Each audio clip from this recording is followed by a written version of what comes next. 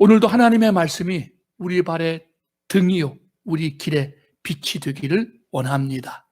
말씀을 사모함이 목마른 사슴처럼 간절히 사모해서 우리의 영혼에 생수가 공급되어지고 우리의 영육에 양식이 공급되어지는 귀하고 복된 말씀의 시간, 은혜의 시간이 다 될 수 있기를 주님의 이름으로 축복합니다.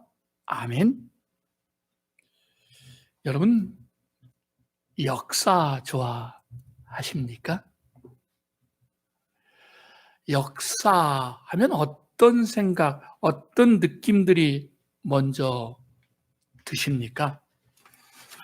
저는 개인적으로 역사를 아주 좋아합니다.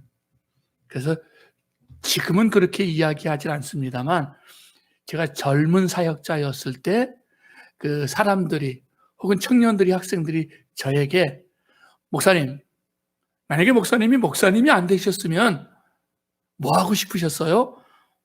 뭐가 되고 싶으셨어요? 라고 물을 때 저는 그때 주저없이 아마 나는 그러면 역사 선생이 되었을 거야.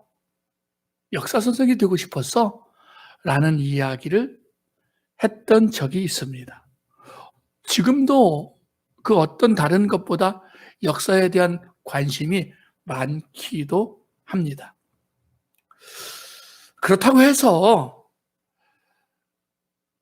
역사의 어떤 그런 그 단편적인 사건이나 뭐 우리를 좀 질리게 하는 그런 내용들을 좋아한다는 것은 아니에요. 아마 연배가 좀 있으신 분들은 중고등학교 시절에 외웠던 기억들 나지 않으시나요? 뭐 태정태세 문단세 뭐 이런 것들. 혹시 AD 660년에 어떤 일이 일어난 줄 아십니까? 아니면 668년에 어떤 일이 일어난 줄 아십니까? 모르시죠? 저는 다 알아요. 저는 그냥 다 거의 외우고 있어요. 660년에는요, 백제가 멸망했고요. 668년에는 고구려가 멸망을 해서 삼국 통일이 되었던 해예요. 668년에는 임진왜란이 일어났고요. 우리가 조선왕조 500년, 조선왕조 500년 하는데 실질적으로 조선왕조는 517년 정도로 그 나라가 있었어요. 그래서 역대 왕 중에 한 왕조로 500년 이상을 유지한 나라가 없어요. 그러니까 조선이 그 가장 긴 왕조를 유지한 나라이기도 해요. 근데 이런 걸로 인해서 역사가 재미있지는 않아요. 역사는 오히려 그 역사에서 주는 의미들, 그 스토리들, 그리고 그 교훈들이 제가 역사를 좋아하는 내용입니다. 제가 왜 이런 역사 얘기를 꺼냈느냐 하면 지금 우리는 성경 통독강의 역사서를 하고 있고요. 역사서에서도 오늘은 특별히 열왕기 상하를 해요. 열왕기가 뭐냐? 왕들의 이야기예요. 왕들의 이야기를 쭉 나열해 놓은 여러 왕들의 이야기가 열왕기 상하 이야기가 됩니다. 여러분, 그야말로 우리나라 태정태세 문단세 또 뭔 일을 했는지 모르는데 이스라엘의 왕들이 무슨 일을 했는지 알 리도 없고 또 우리가 관심을 기울여도 머리에 잘 안 들어오잖아요. 그렇지만 이들이 성경에 있다고요. 성경에 있는 모든 것은 우리에게 의미가 있다고 기록하시잖아요. 그 의미는 구원의 의미란 말이에요. 과연 어떤 의미일까? 사실 개인적으로 지금까지 이 성경 통독 설교를 준비하면서 열왕기 상하가 제일 어려웠습니다. 왜 제일 어려웠느냐 하면 열왕기 상하에는 그 다윗과 솔로몬을 빼놓고도 40명의 왕에 대한 기록들이 나와요. 그러니까 맨 앞부분에 다윗이 나오고 그 다음에 솔로몬이 많이 나오죠. 그 다윗과 솔로몬을 제외하고 40명의 왕들에 대한 이야기가 나오고 그 왕들에 대한 이야기와 함께 우리가 잘 알만한 선지자들에 대한 이야기도 중간중간에 들어가 있어요. 그러니까 얼마나 많은 이야기들이 나오나 몰라요. 야, 이걸 어떻게 한 메시지로 묶어낼 수 있을까? 정말 한 30분 남짓한 설교 시간을 통해서 이야기할 수 있을까가 너무 고민이었어요. 지금도 고민이에요.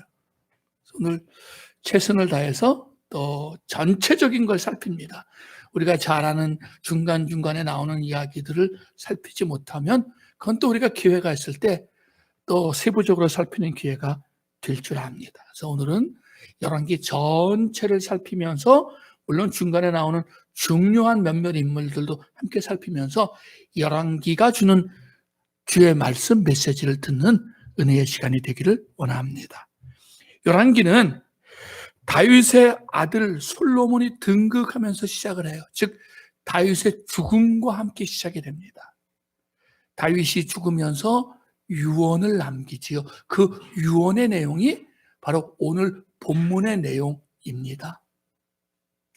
다윗은 유언을 남기면서 솔로몬에게, 그리고 솔로몬의 뒤를 이을 수많은 이스라엘의 왕들에게, 후손들에게 너희가 정말 어떻게 살아야 좁은 의미로는 왕권을 유지하고 넓은 의미로는 이스라엘 민족 전체를 행복하게 할 수 있는가를 이야기하여 어느 길로 갈 것인가, 어느 길로 갈 것인가. 오늘 제 말씀의 제목이 어느 길로 갈 것인가 예요. 그리고 결론처럼 이야기하자면 어느 길로 갔었는가도 돼요.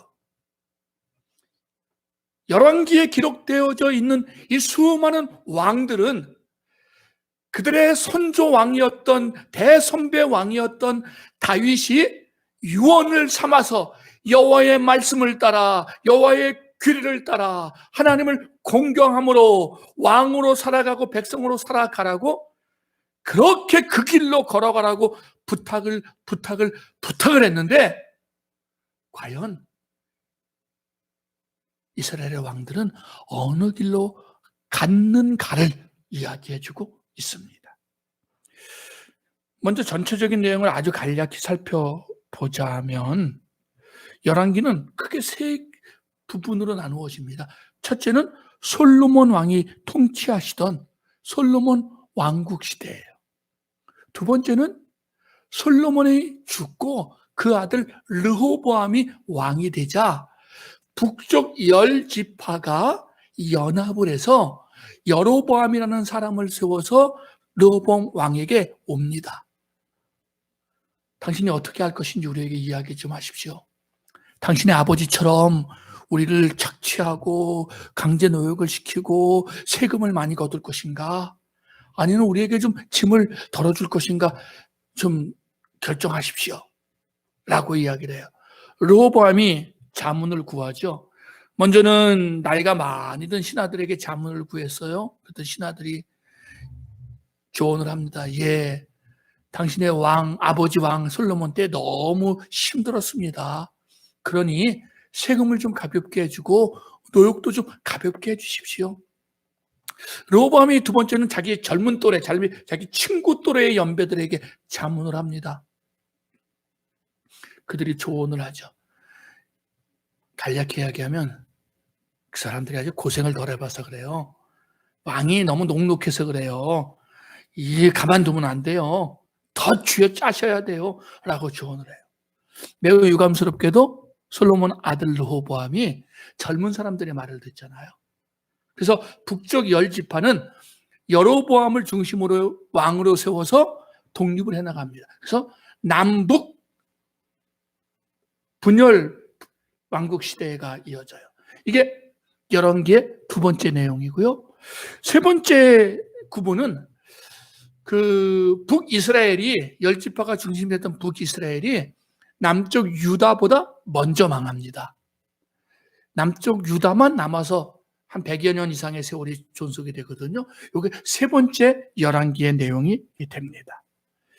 자, 이제 열왕기의 내용들을 살펴보면서 중요한 내용들을 함께 살펴보려고 하는 첫 번째, 열왕기를 묵상하면서 우리가 읽으면서 절대로 피해갈 수 없는 인물이 있습니다. 누가 있습니까? 솔로몬 왕이 있죠. 어떠세요? 솔로몬 하면 어떤 생각이 먼저 떠오르시나요? 여러분, 솔로몬 하면 어떤 게 우리에게 이렇게 연상이 이렇게 다바바바박 되십니까?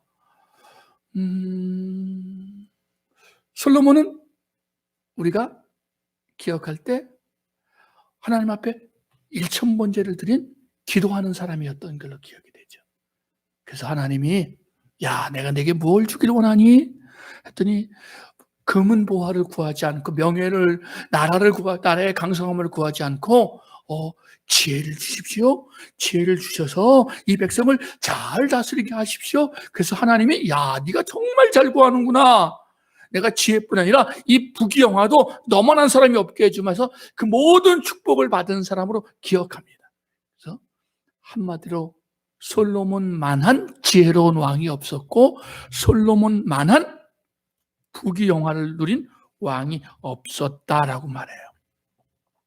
그리고 우리가 잘 아는 것처럼 솔로몬은 아버지 다윗이 꿈을 꾸고 준비는 했지만 이루지 못한 성전 건축까지 이루어서 솔로몬 성전이라고 하는 아름다운 성전까지 봉헌한 멋진 왕으로 기억됩니다. 그런데 사랑하는 여러분, 열왕기를 우리가 좀만 진지하게만 여러분들이 읽어보셨다면 우리가 지금까지 들어왔던, 익숙했던, 알아왔던 솔로몬의 모습이 너무나 단편적인 모습, 아니 너무나 초창기의 모습은 아닌가 하는 생각을 하게 됩니다. 하나님이 솔로몬을 세우고 솔로몬을 통해서 성전을 건축하면서 하나님이 솔로몬에게 기대했던 것이 무엇일까요? 하나님의 영광을 위하여, 하나님의 나라를 위하여 정말 진정한 의미의 제사장적 삶을 살아가기를 원하셨을 것입니다. 그러나 기억하셔야 돼요. 매우 유감스럽게도 솔로몬은 우리가 알고 있는 그 아주 몇 가지 사건 외에는 하나님의 뜻을 이루어드린 것보다 이루어드리지 못한 것이 훨씬 많은 왕이라는 것이에요. 솔로몬의 가장 큰 잘못 중에 하나가 뭐냐면 지독한 우상 숭배가 솔로몬 시대에 시작이 됩니다. 성경을 보니까 솔로몬의 후궁이 700이고 첩이 300이라고 나옵니다.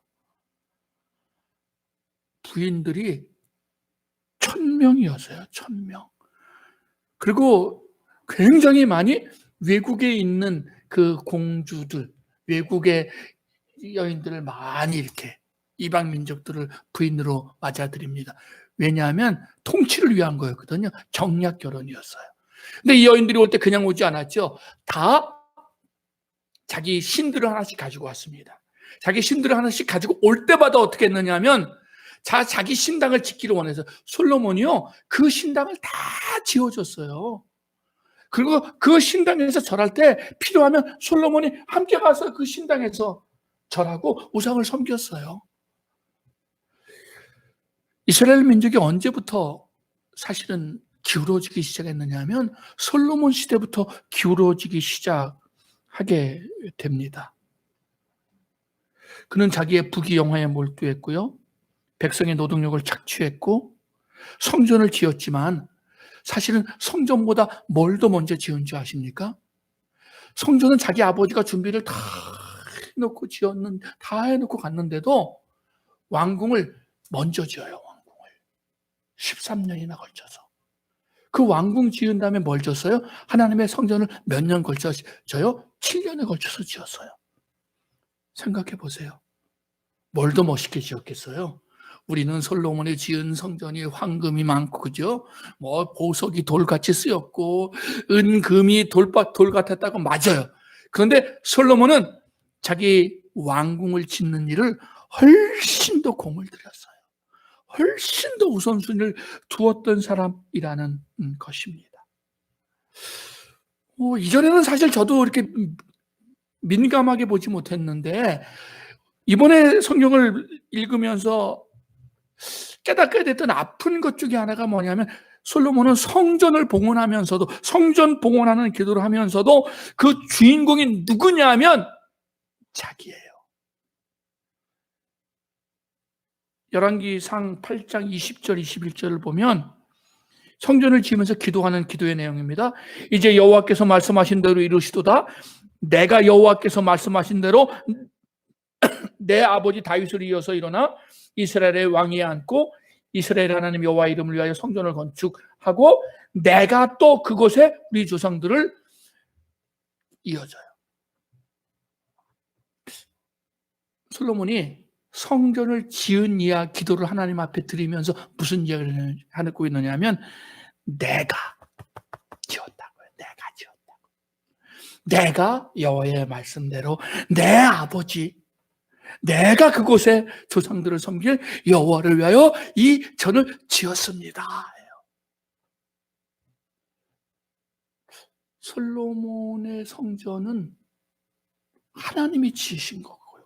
하나님이 짓게 하신 거고 그의 물질, 그의 환경, 그의 모든 것이 누구로부터 온 것이었느냐 하면 하나님께로부터 온 것이었음에도 불구하고 솔로몬은 아주 어리석게도 그 건축, 성전 건축의 주인공으로 누구를 부각시키고 있느냐 하면 자기 자신을 부각시키고 있는 거예요. 이게 우리의 슬픔이어야 합니다.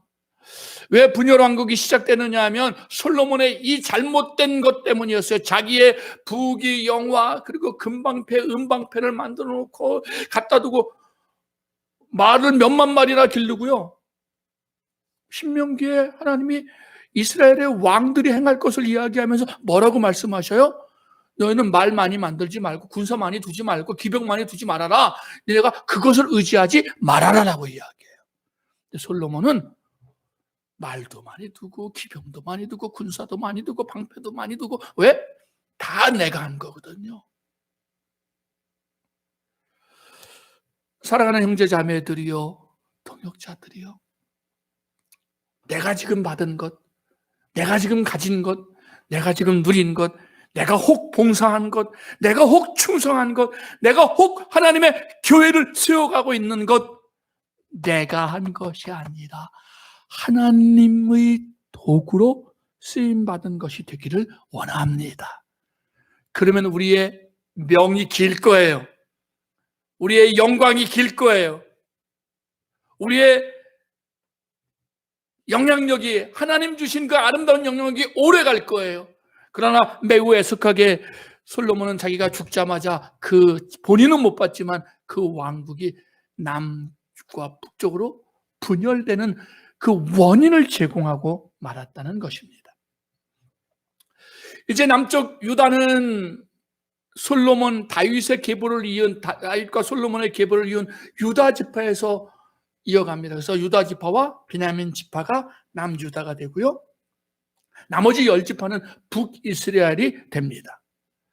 성경에는 유다의 20명의 왕, 북이스라엘의 20명의 왕들에 대한 기록을 다루고 있어요. 특별히 북이스라엘의 첫 번째 왕이었던 여로보암은 이후에 이어질 북이스라엘의 왕들의 하나의 기준점이 됩니다. 그 기준점이 뭐냐 하면 악한 왕의 기준이 돼요. 즉 북이스라엘의 이후에 이어지는 19명의 모든 왕들은 누구의 길로 행하였더라 라고 기록하느냐면 여로보암의 길로 행하였더라 라고 이야기해요. 여로보암의 길로 행하였다고 하는 것은 그가 금송아지를 만들었고요, 하나님 앞에 가서 예배하지 못하도록 그가 레위인이 아닌 제사장들을 자기 멋대로 세워버렸고요, 성전의 다른 곳에서 제사를 하게 합니다. 우상 숭배를 만연하게 합니다. 그래서 이 20명의 왕이 있는 동안에 그 왕조가 몇 번이 바뀌느냐 하면 자그만치 7번이 바뀌어요. 그러니까 북이스라엘의 역사가 200년 정도가 되거든요. 208년 정도가 되는데요. 그 사이에 7왕조가 바뀌는 거예요. 7왕조가. 수시로 왕조가 쿠데타가 일어나고 쿠데타가 일어나고 또 쿠데타가 일어나요. 왜 그러느냐?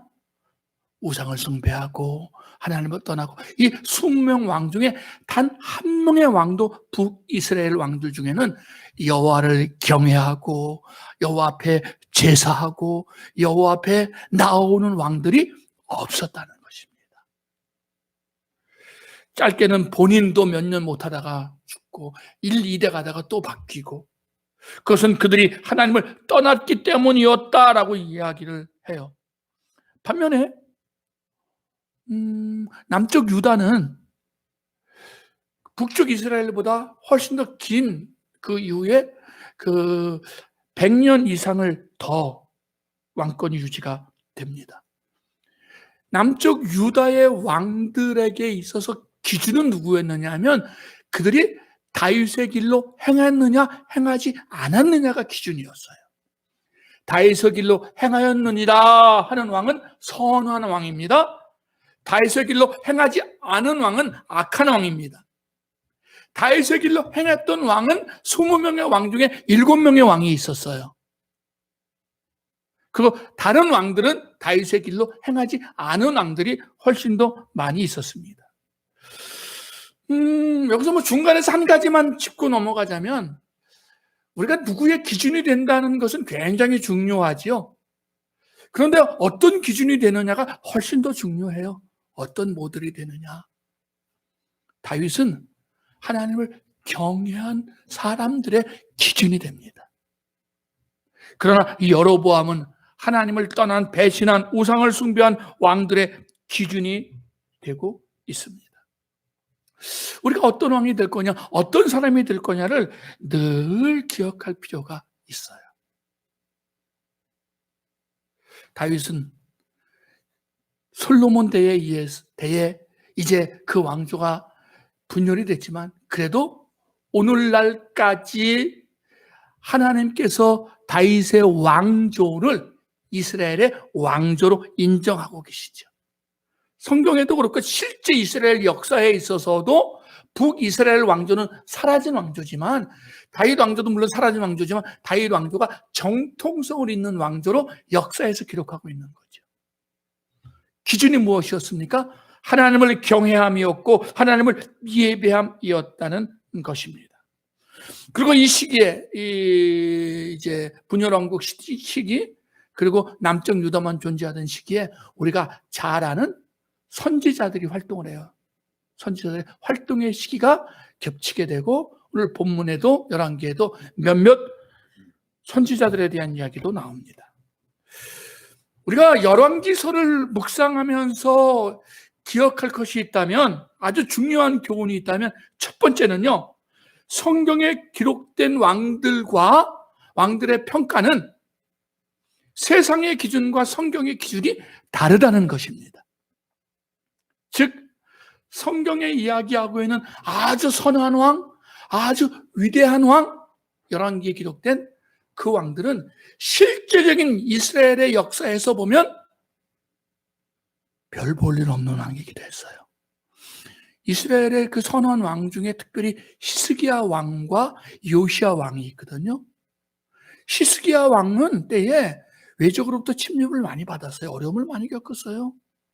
요시야 왕도 그렇게 역사상으로 보면 외교적으로나 정치적으로 대단한 왕이 아니었던 기록들이 많아요. 그래서 성경은 이 두 분을 특별히 하나님과 아주 각별했던 왕으로 기록을 해요. 선한 왕 정도가 아니라. 왜 그러냐면 이들이 하나님 앞에 성전 예배를 회복하고 예배를 회복하는데, 특별히 히스기야 왕과 요아스 왕은요, 산당을 제거했어요. 산당을 다 제거하고 하나님 성전 중심의 예배를 온전히 회복했던 왕들이 바로 이 두 왕이었다는 겁니다. 히스기야 왕과 요시야 왕이었어요. 반면에 우리가 그 열왕기서를 읽으면서 가장 많이 아는, 그리고 가장 나쁜 왕으로 기록된 왕이 누굴까요? 아합이죠. 아합. 아합이에요. 그러니까 오므리 왕조의 아합인데, 사실 이스라엘의 역사로 보면 이 아합 왕 때에 이스라엘이 가장 강성한 나라였습니다. 이 영향력이 큰 나라를 이루었어요. 우리는 아합이 제일 못된, 아주 제일 나쁜 왕이잖아요. 뭐 대표적인 것만 봐도 특별히 그 아내를 통해서, 그 아내를 이세벨을 얻으면서 이스라엘 전국적으로 우상 숭배가 만연하게 했어요. 그리고 그는 나봇의 포도원 사건을 기억하실 겁니다. 읽으셨기 때문에. 포도원을 뺏으려고 그 나쁜 거짓 증인들을 세워서 나봇을 죽여버리고 그 포도원을 뺏어버리기도 했고요. 온갖 나쁜 짓은 골라서 한 사람, 악한 왕 중에 악한 왕이 누구냐? 아합이에요. 그런데 당시의 정치, 경제, 외교, 국가적인 위상으로 보면 아합 왕 때에 북이스라엘은 남쪽 유다와는 비교도 되지 않을 정도로 강력한 왕권을 가지고 있었고 영향력을 가지고 있었고 나라를 부강하게 만들었어요. 우리가 역사를 보는 관점, 특별히 믿음의 사람들이 역사를 보는 관점이 뭐냐 하면 하나님 앞에서 어떤 사람이었냐를 보고 있는 것이 성경적 관점이라는 것을 잊어서는 안 된다는 것입니다. 아합은 악한 왕이었습니다. 결국 그는 비참한 최후를 맞이할 수밖에 없었던 것은 그가 하나님의 계명을 어기고 악을 행하고 하나님의 뜻을 어기는데 앞장선 사람이었다고 성경은 이야기하고 있습니다. 우리가 잘 알고 있는 것처럼 아합의 시대에 엘리야 선지자가 일을 합니다. 놀라운 역사들을 이루어내지요. 하나님은 악한 왕 시대에, 패역한 왕 시대에도 여전히 하나님이 일하고 계심을 보여주고 계시는 것입니다. 우리는 악이 횡행하고 거짓이 횡행하는 것을 볼 때에 하나님이 어디 계시느냐라고 묻는 이들이 많죠. 여러분, 하나님은 꾸준히 자기 백성들이 자기가 당신 앞에 온전히 돌아오기를 원하시면서 여전히 자기 백성들을 보호하시고 지키시고 인도하시고 도우시고 계시다는 사실을 잊지 말아야 된다는 것입니다. 열왕기는 바로 그 사실을 우리에게 보여줘요. 열왕기가 보여주는 아주 중요한 교훈, 또 하나의 교훈이 있다면 그것은 하나님 앞에 드리는 예배, 특별히 성전 예배의 중요성입니다. 제가 설원 부분에서 솔로몬이 성전을 봉헌하면서, 성전 봉헌은 이제 다음 주에 우리가 역대기에서도 또 다루게 될 것입니다만, 성전을 봉헌하는 기도를 드리면서 내가로 지었다고 했습니다만, 그럼에도 불구하고 하나님은 이 성전을 받아주시거든요. 그리고 이 성전에 함께 계시로 약속하셔요. 하나님은 동서남북 안 계신 곳이 없는 분이지만 하나님이 왜 어떤 지역이나 어떤 장소에 거하시느냐 하면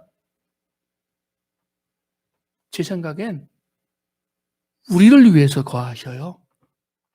하나님은 어디나 다 계시고 모든 곳에 다 계시는데 우리는 어디 장소가 좀 정해져야, 장소를 특정해야, 어디 그 의미를 부여해야 우리는 그곳에 가면 더 잘 드리고 더 잘하는 경향들이 있거든요.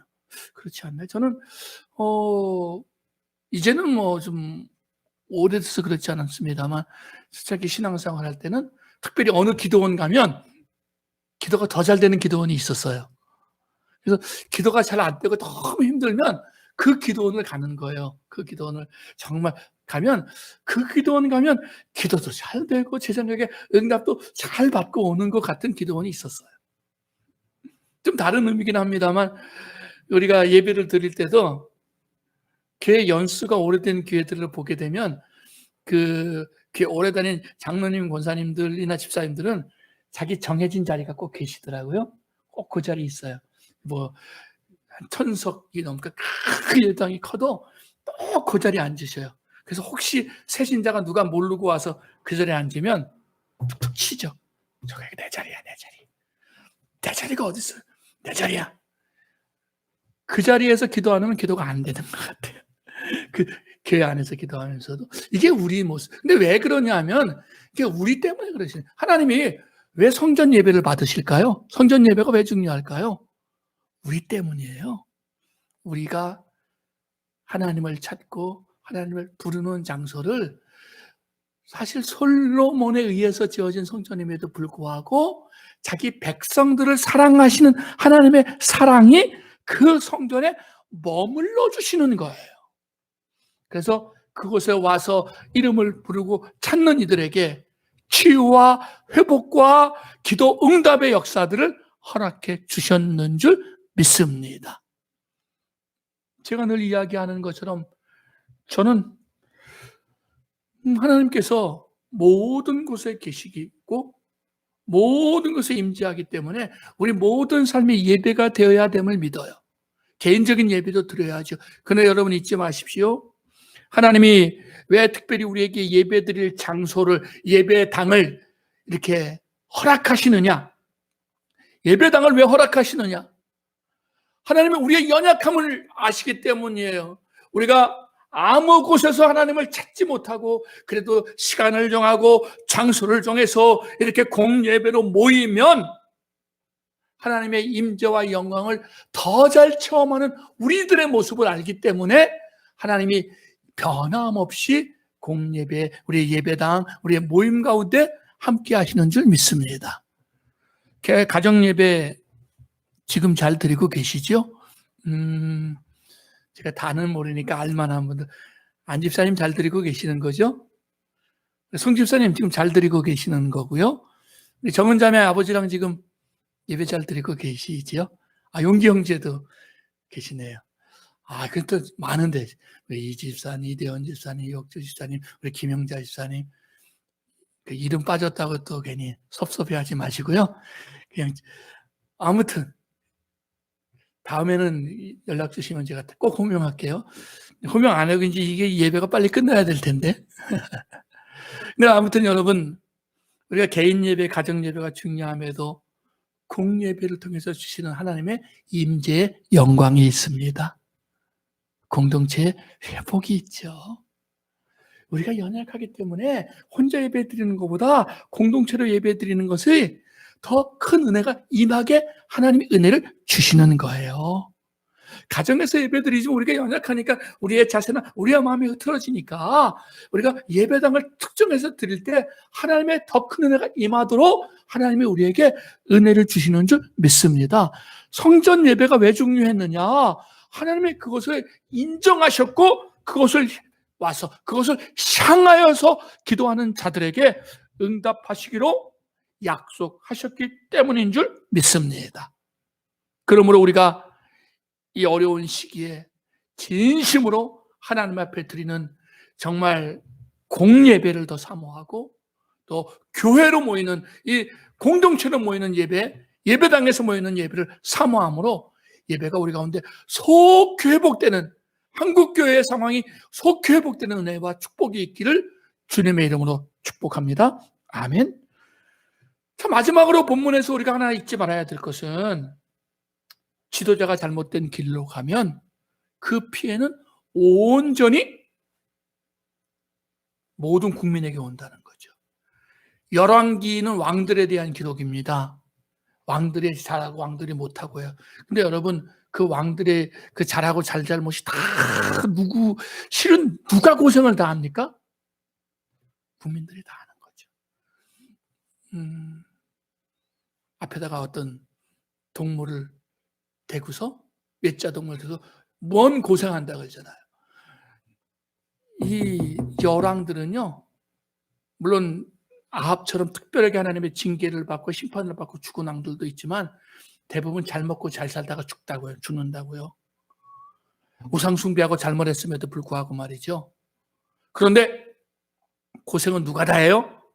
국민들이 다 해요. 백성들이 다 해요. 왜 우리가 나라와 민족을 위해서 기도해야 되느냐? 왜 우리가 위정자들을 위해서 기도해야 되느냐? 왜 우리가 지도자들을 위해서 기도해야 되느냐? 우리는 민주주의니까 왜 우리가 정말 잘 뽑고 잘 선거해야 되느냐 하면 그들이 어떻게 하느냐에 따라서 우리가 행복하고 불행해지는 게 갈리는 거예요. 그러므로 기도해야 됩니다. 그러므로 우리가 하나님의 은혜를 구해야 되고요. 지도자의 복이 임하도록 구해야 되고, 그리고 요즘 이 질병 때문에 전혀 붐이 일진 않습니다만 정말 이제 한 2주 정도 남은 선거를 위해서도 우리가 하나님의 은혜를 구하면서 정말 하나님 앞에 정직한 공의와 정의를 행하는 일을 위해서 우리가 정직하게 투표하는, 이 사람 내가 아는 사람이니까, 이 사람 내가 연관 있는 사람이니까, 그가 아니라 정말 하나님 앞에 기도하면서 선택할 때 하나님이 그들을 통해서 우리에게 주시는 은혜와 축복도 분명히 있을 줄 믿습니다. 마치겠습니다. 여러분, 열왕기를 기록한 중요한 이유가 뭘까? 저는 그렇게 생각해요. 이스라엘 백성들이 그렇게 소망했던, 그렇게 갈망했던 왕정이 실패했다는 거예요. 가나안에 들어가면서 하나님은 왕을 세우지 않았습니다. 왕들이 너희를 더 괴롭힐 거고 왕을 통해서 너희가 더 타락할 것을 경고하셨어요. 그런데 사사시대를 지나면서 이스라엘 백성들은 왕을 갈망했습니다. 우리에게도 왕을 주십시오. 우리에게도 왕을 주십시오. 그렇게 갈망했습니다. 그러나 왕정의 끝이 뭡니까? 왕으로 인해서 더 타락했고, 왕으로 인해서 더 백성이 망가졌고, 더 하나님을 떠났고, 결국 민족이, 나라가 다 망해서 뿔뿔이 흩어지는 비극적인 결과를 가져왔습니다. 왕정이 우리의 소망이 아닙니다. 그렇다고 해서 민주주의가 우리의 소망이냐? 그것도 아니죠. 성경의 소망은 뭐냐면 여호와 하나님만이 너희의 소망이라는 거예요. 열왕기가 우리에게 주는 교훈은 회개해라. 그러면 내가 너희를 다시 회복시키마요. 선지자들을 통해서 이제 그 말씀을 하십니다. 너희가 회개하고 하나님을 향한 믿음을 회복하고 예배를 회복하고 우상을 버리고 내 앞에 진실되게 돌아오면 내가 언제든지 너를 회복시켜 줄 것이다 라고 말씀하고 계시는 줄 믿습니다. 누가 왕이 되느냐는 사실 문제가 아니에요. 누가 국회의원이 되느냐, 이거 중요하지 않고 하나님의 백성들이 겸허하게 하나님의 은혜를 구하고 회개하며 기도하고 나오면 하나님께서 이 땅을 치유하시고 이 땅을 회복하시고 이 땅을 고치시고 이 땅을 하나님의 땅으로 변화시켜 주실 줄 믿습니다. 우리 이 소망을 가지고 다시 한번 간절히 기도하고 주의 뜻을 이루는 일에 쓰임받는 저와 여러분, 우리 모두가 될 수 있기를 주님의 이름으로 축복합니다. 아멘. 기도합니다.